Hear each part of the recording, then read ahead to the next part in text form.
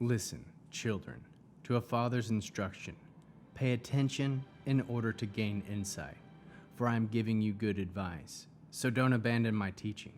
For I too was once a child to my father, and my mother too thought of me as her special darling. He too taught me. He said to me, let your heart treasure my words, keep my commands, and live. Gain wisdom, gain insight.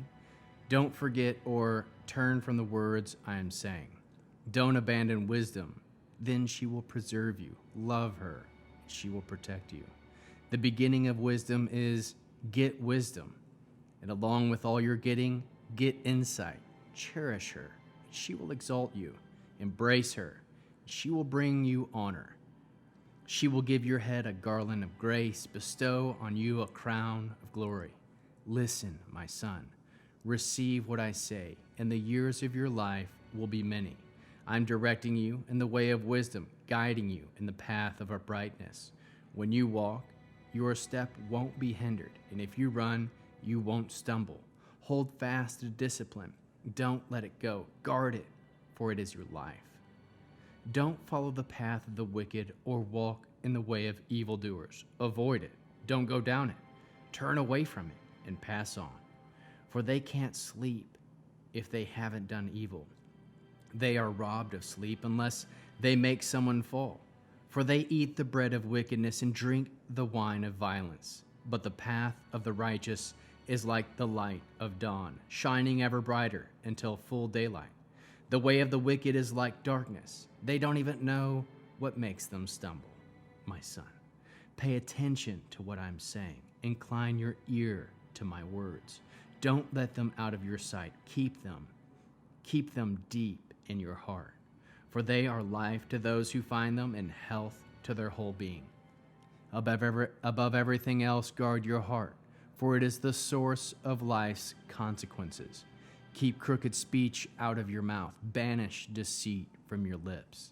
Let your eyes look straight ahead. Fix your gaze on what lies in front of you. Level the path for your feet. Let all the ways be properly prepared. Then deviate neither right nor left, and keep your foot far from evil, my son. Pay attention to my wisdom. Incline your ear to my understanding, so that you will preserve discretion. And your lips keep watch over knowledge. For the lips of a woman who is a stranger drip honey. Her mouth is smoother than oil, but in the end she is bitter as wormwood, sharp as a double-edged sword. Her feet go down to death. Her steps lead straight to Sheol. She doesn't walk the level path of life. Her course wanders all over, but she doesn't know it. So now, children, listen to me. Don't turn away from what I am saying. Distance your way from her. Stay far from the door of her house, so that you won't give your vigor to others and your years to someone who is cruel.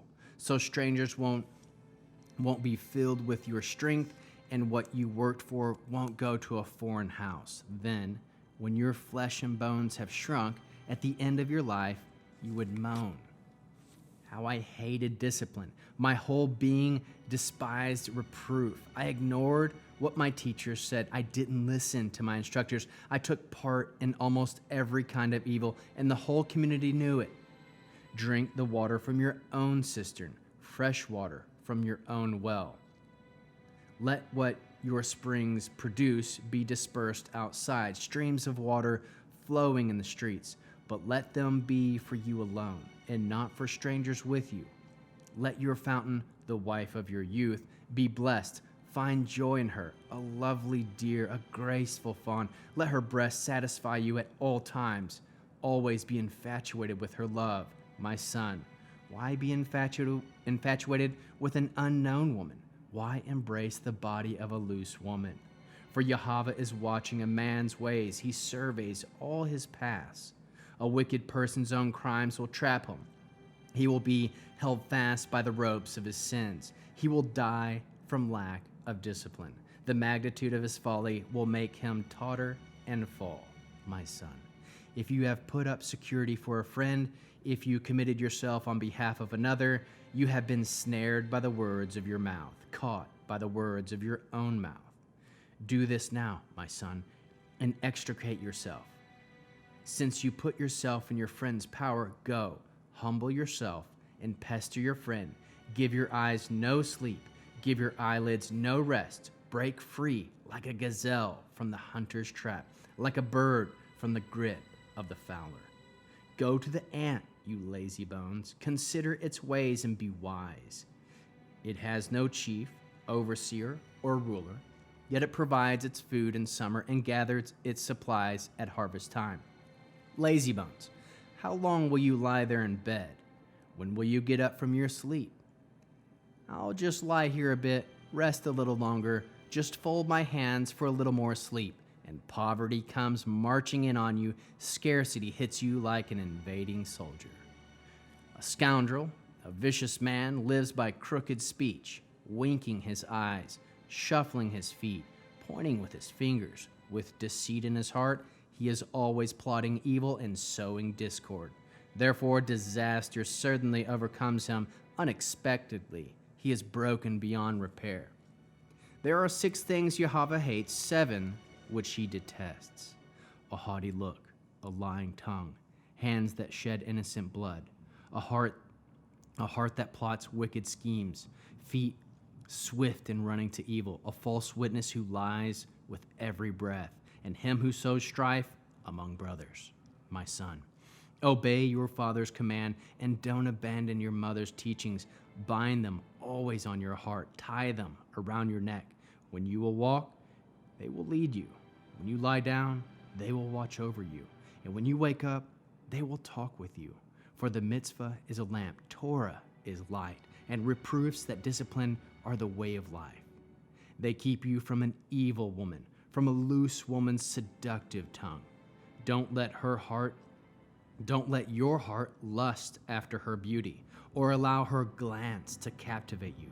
The price of a whore is a loaf of bread, but the adulteress is hunting for a precious life.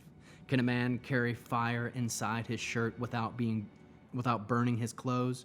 Can a man walk barefoot on hot coals without scorching his feet? So is he who has sex with his neighbor's wife. Anyone touching her will be punished. A thief is not despised if he steals, only to satisfy his appetite when hungry. But even he, if caught, must pay back 7-fold. He may have to give up all his wealth that he owns. He who commits adultery lacks sense. He who does it destroys himself. He will get nothing but blows and contempt, and his disgrace will not be wiped away. For jealousy drives a man into rage. He will show no mercy when he takes revenge. He will not accept compensation. He will refuse every bribe, no matter how large.